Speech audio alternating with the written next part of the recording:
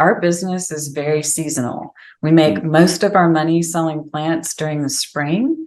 And so in order to have it be a less seasonal business, we're trying to offer more and more services and different events. And we had been exploring that and testing the waters, and now we're ready to offer that service.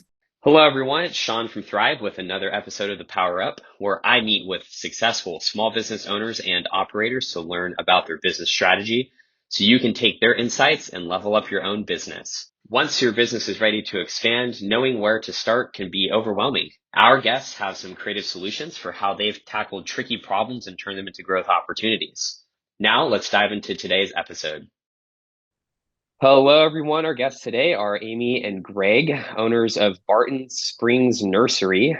Barton's was founded in Austin, Texas in 1986, and for many years, Amy's architecture, design, and build studio was located on the nursery's property. Every day, she would walk through the neglected property and see its potential as a giant creative endeavor until one day in 2021, Amy and her husband, Greg, took over ownership. Amy and Greg spent 2 years rebuilding the business from scratch and redesigning spaces to educate and inspire people to create living sanctuaries. Barton's Nursery now features a Genus bar where a professional horticulturalist can answer your questions, an on-site potting station, a lending library, and a gift shop. Recently, their focus has been diversifying their business for year-round growth and success by exploring ideas from event services to large-scale pottery installations and even a skincare line. All right, Amy and Greg, you ready to get started? Yes. Nice. Thanks for having us. Yeah, absolutely. Thanks for joining us. First question right off the bat is, talk to me about the Genus Bar. I've seen your guys' website, and everyone has at least heard of the Genius Bar. But what is the Genus Bar? Tell us a little bit about that. Yeah, sure. It's a place where if you have any really difficult questions about your plants or gardening in general, you can always go to the Genus Bar and have an expert meet with you. We have microscopes to help determine the source of the problem. And so it's a place not only to learn, but educate yourselves about plants. And so everyone on our staff is very knowledgeable, but you can always head there and get immediate help. We also have what we do every morning is Plant of the Day. And we have one of our staff members, his name is Dave, and he's been here for 20 years and is just known in the community as being a center for all kinds of information. And he educates our staff. But with the Plant of the Day, he highlights one plant every day or a product. And then we will also be featuring that at the Genus Bar for customers to view as well. We're working on recording it and starting an archive of that. It's been such a success and a great way to learn. It's just really brought a lot of education together. That's great.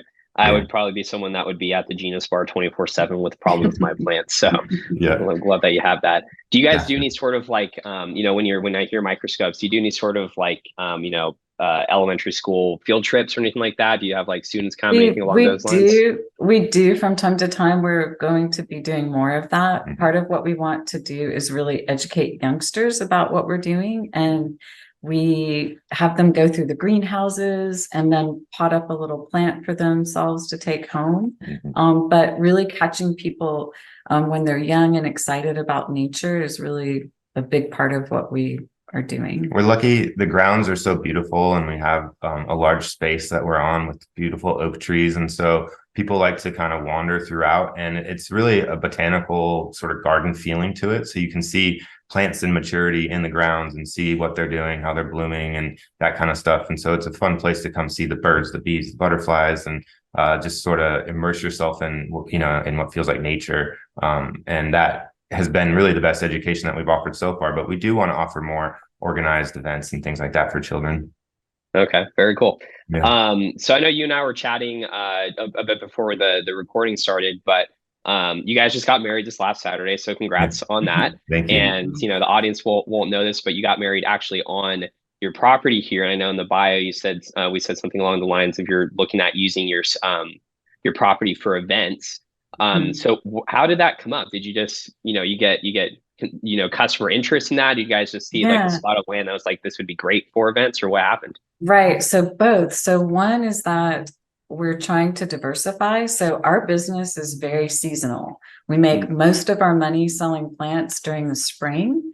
And so in order to have it be a less seasonal business, we're trying to offer more and more services and different events. And we've had a lot of interest in it being a wedding venue or for corporate events. And so we had been exploring that and testing the waters, and now we're ready to offer that service.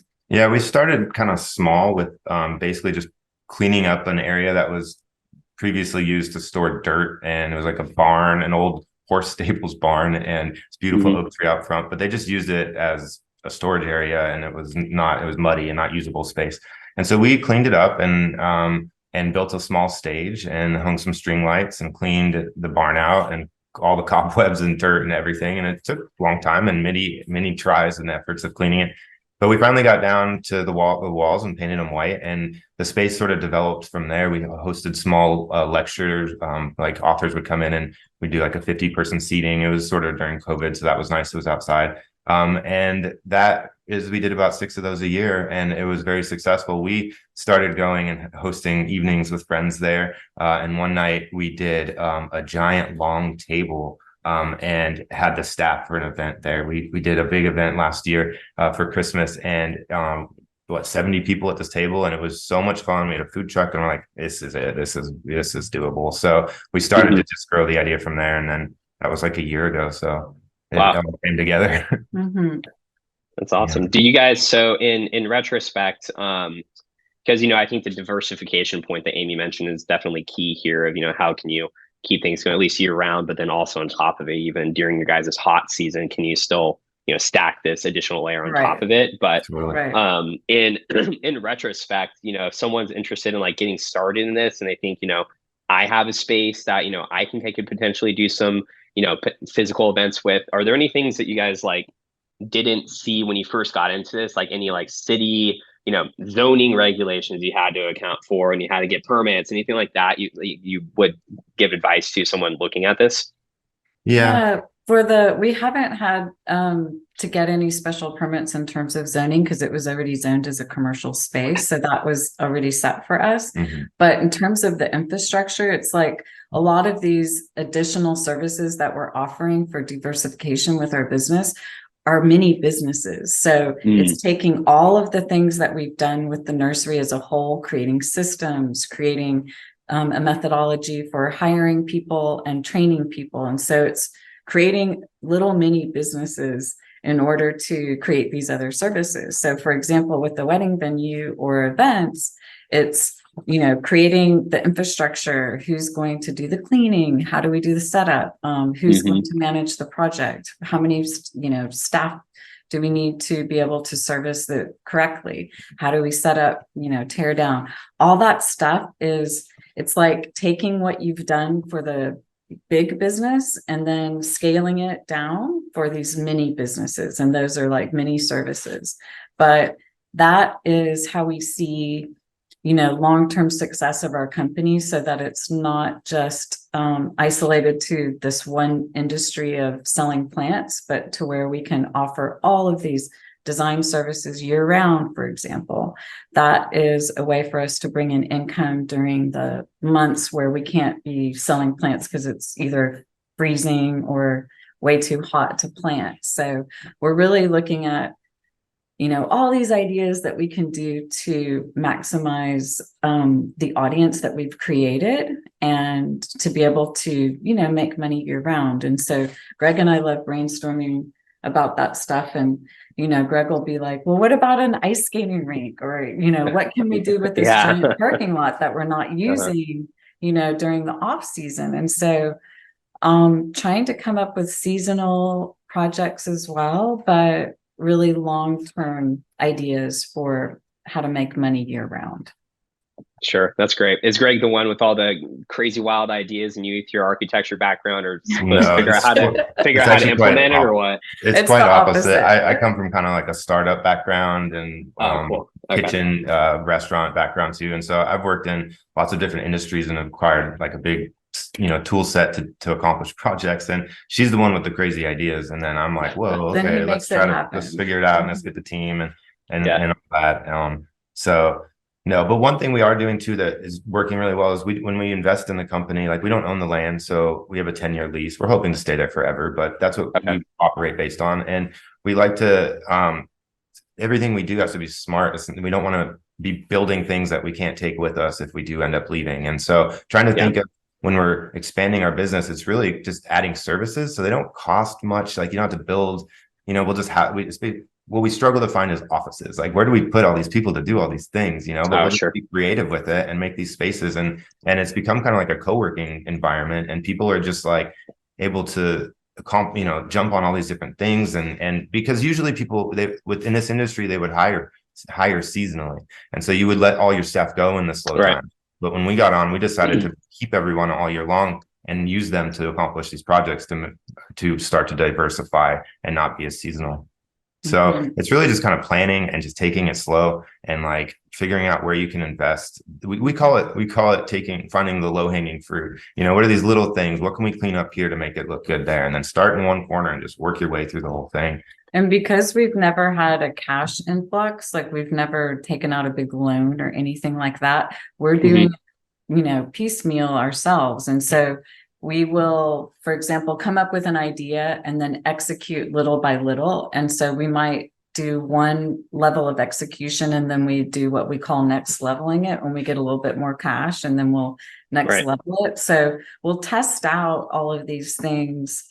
And once we see that they're viable, then we'll put more money into an aspect of it. So, we're doing this ourselves piece by piece, kind of as we go along, but because we're doing it pretty methodically, and we're testing the market as we go along, we're able to really launch things that we know are going to be successful based on numbers. And I think that's one of the things that, with Thrive that works for us really well is we're constantly looking at numbers, making decisions based on not just intuition, like intuition's a part of it, but it's also based on numbers. And so, that's always been our philosophy from the beginning. We were really excited when we took over. The business was mostly pencil and paper. Data was kept like no records everywhere. It wasn't very great. And so that was the first thing we did, was change the point of sale and basically we made a goal to be paperless, and we're there now. Everything's like on the drive in the cloud, and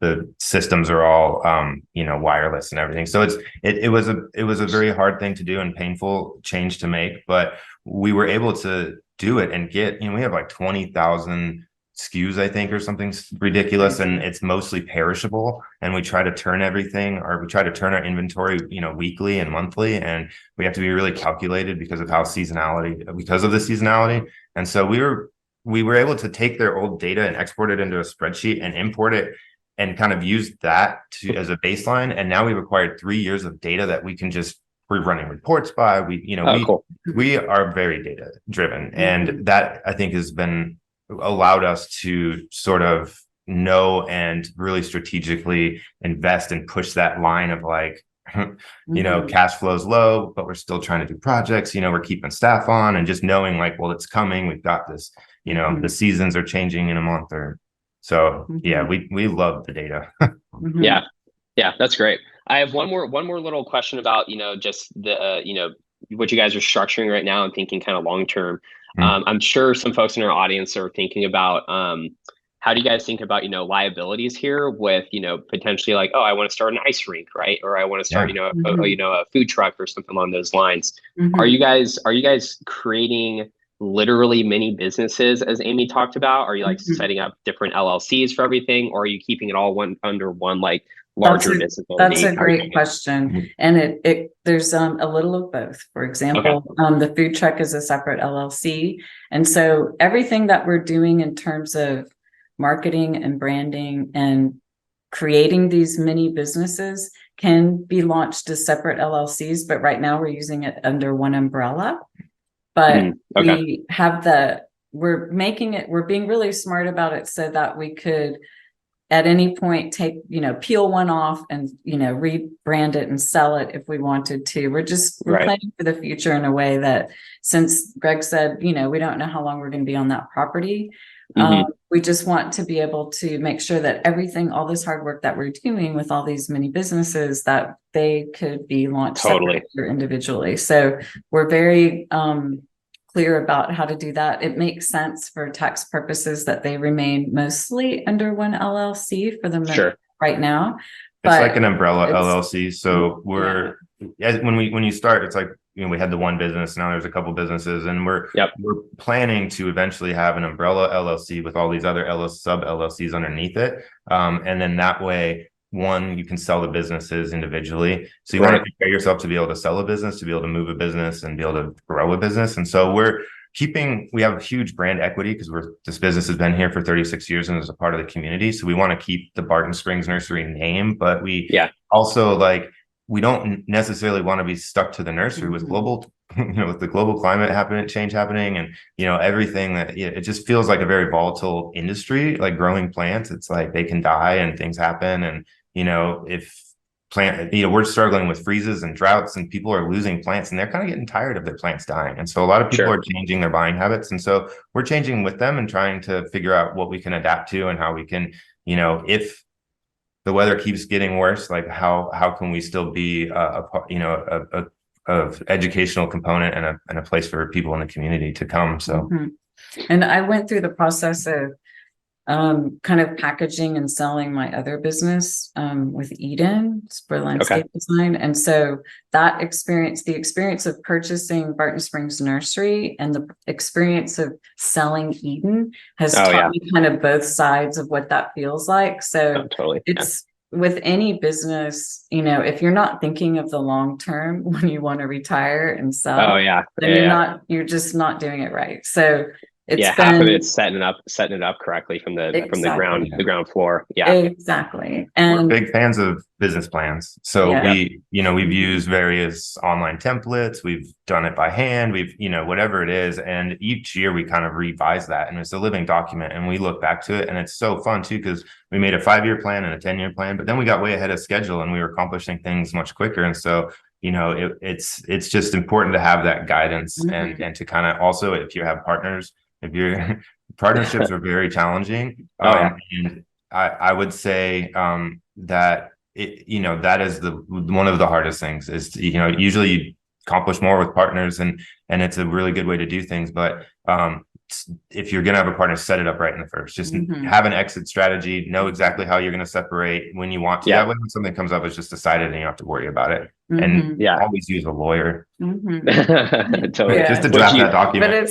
it's a lot of small businesses or startups they're just getting so excited that they don't put all that work into the beginning. And like what Greg's talking about, the business plan, like we have mantras, we have ways of being able to make sure that we're staying on track with our goals. And, that's a huge part of having a successful business. And a lot of times people kind of overlook that part and try to move forward too fast, but that's really your building blocks for, long-term business. Yeah. Do you have any sort of framework you guys follow? Like I'm hearing the 5-year goal, 10-year goal. I'm thinking of, Gino Wickman's Traction in my head right now. Do you guys have any sort of framework or book you could refer to the audience? Well, the one thing that I've always used and I've just loved is the idea of the feedback loop and the lean startup. Sure. I can't remember what it's called, but there's some books that we do lean on for sure. And I think that she talked about it a little bit, but it's just really testing the market, starting small, making sure that what you're building is wanted and viable and also going to make money and do well. So do you have any books that you would recommend? Not books, but Live Plan is what we used when we were first doing our first business plan. And so having a template to just make sure that you're hitting all your points and haven't forgotten anything is really helpful. And just a basic one like that is great. And then the other aspect is, really when you're doing number projections, just like making goals in your personal life or anything like that, like, you want to be ambitious and you also want to be realistic, but, it's okay to dream big, and you have to have the vision and the dream in order to make it accomplished. There was one book that I don't know. It's called I'm a badass at making Oh, yeah. money. And I had this, I grew up It's like true. kind of wanting to save money and just be, just be small and methodical. And then this was like, well, you're only going to get what you can think or dream of. But if you think and dream really big, and that's really what sparked for me the idea of breaking out. I kind of left the startup few years after that, and then this kind of came to us. So I think it's important. You gotta have a little bit of trust that and put yourself out there and have some risk, and dream big and try things. And then, but you also have to wait for the world to kind of tell you what is the right thing. But I do love that you brought up that book, because a part of when you're doing business is making sure that you don't have any weird money stuff with your own, Oh, sure. Trying to make sure that you've done all the kind of therapy work in your own, mind, in terms of how you deserve money or handle money or Yeah. save money. Like think And about so, it. Yeah. yeah. And that was, we were kind of both doing that at the same time. And that was, I mean, you can literally see when our, businesses started just like zooming, in terms of, making sure that we didn't have any bad habits or bad feelings towards making money. And that, we're ready to do it. And Absolutely. Yeah. Yeah, there's a good book on it, because I've read called The Psychology of Money, that talks a little bit about that kind of stuff. And just, how you think about it. Some people would rather have a pile of cash sitting on their desk, and some people would rather have that pile of cash sitting in, some investment account or whatever, and they feel equally comfortable with it, or would rather go into debt, using that debt to, start a business or something along those lines, right? It's all the same stack. But well, that's great. Thank you guys so much. So that is a perfect segue on, dreaming big and, reaching for the stars. On to the end of the conversation. I have 4, or actually 5 rapid fire questions for you guys. You ready to go? Yeah. All right. So the first one is, what's your fastest growing sales or marketing channel? Fastest growing sales. Well, it's gonna be the events, I think. Okay. I think renting the space is gonna be the most, like, out of the gate, just a big bang. Or do you mean what we already have in terms of like What we're selling. perennials, for example, is our biggest? Is that what I'm not sure. Yeah, that I think events is good, but also like, there's a million things coming up nowadays. Like I'm thinking of like, selling and advertising on TikTok, right? Like, or like, doing Snapchat advertising, or are you doing billboards on the side of the freeway or something along those lines? We're not doing any of that yet. Well, okay. We invested very heavily in getting online, and so we're about to launch an online store where we have all of our, it was thousands and thousands and thousands of products available, and our inventories available online, and that is extremely challenging. Just like a grocery store where everyone's shopping, so things that it's hard to know how much inventory is available because people could be shopping that inventory as you're buying it online. So it's very complicated, but that's gonna be live for our next in a couple months, and that's gonna be huge. Yeah. All right. Number 2, what is your favorite resource? It could be like a blog or a YouTube channel or something along those lines to grow your skills or to grow your own business. We like podcasts. Amy listens to podcasts a lot in the car and then sends them to me, and they're, what is Mind Valley podcast? Okay. That, it's some of it's a little kooky when you get in, not that podcasts are bad or anything, but you got to just, you listen, he brings in a bunch of hosts, and each host you kind of like, and like, oh, and they talk about authors and things they're interested in. So it's just kind of like a network of information. Yeah. But I love all the business stuff, like, even TED Talks business, or I'll just go from one rabbit hole to the next in terms of podcasts. We nice. Love that. We also, there was a Netflix show like 7 Days Out or something like that. That's really cool. Just some documentaries, seeing things online, Shark Tank. I think it's fun to just also enjoy the entertaining part of business too. Oh yeah, absolutely. And then you get the farthest side of the entertainment, which is Shark Tank or whatever, right? So, exactly. Wild show. All right, number 3, what piece of tech can you not live without in your business? Well, Wi-Fi. Like we're wireless. We're using Sonos for all our speakers. We've got wireless point of sale. We've got iPads to take down customers' information for deliveries and installs and all that stuff. I mean, yeah, It's all equally I know that's pretty important. broad, but No, you're good. Wi-Fi. yeah. Wi-Fi. Good answer. All right, number 4, what piece of advice do you have for business owners ready to start growing their business? I would say really look inward and do your research and really make sure that you've got your business plan really intact, that you've really thought about it. What do you stand for? How do you make decisions? Mm. What do you care most about? What do you want for your future? Like really answer those questions so that you have your 5 core guiding principles so that any bad thing that happens or scary thing that comes up or exciting thing that comes up, you know exactly how to answer those questions. Yeah. Okay. All right. Last question. It's a hard one. Where can our listeners find you guys? Find what? Find you us guys. Yep. Where can we find you guys? BartonSpringsNursery.com, and our Instagram is Barton Springs Nursery. But we're in Austin, Texas, and We're open every day of the week. every day of the week. All right. There you go. Well, thank you guys so much for your time, and best of luck and have a great rest of your day. Thank you so You much. too. Yeah. Thanks a lot. Thanks for listening to another episode of the Power Up by Thrive. I hope you enjoyed our deep dive into strategies that you can use to grow your business. If you're ready to take these ideas into the real world, head over to thrivemetrics.com. That's THRIVEMETRICS.com to sign up for a 30-day free trial of our business management software.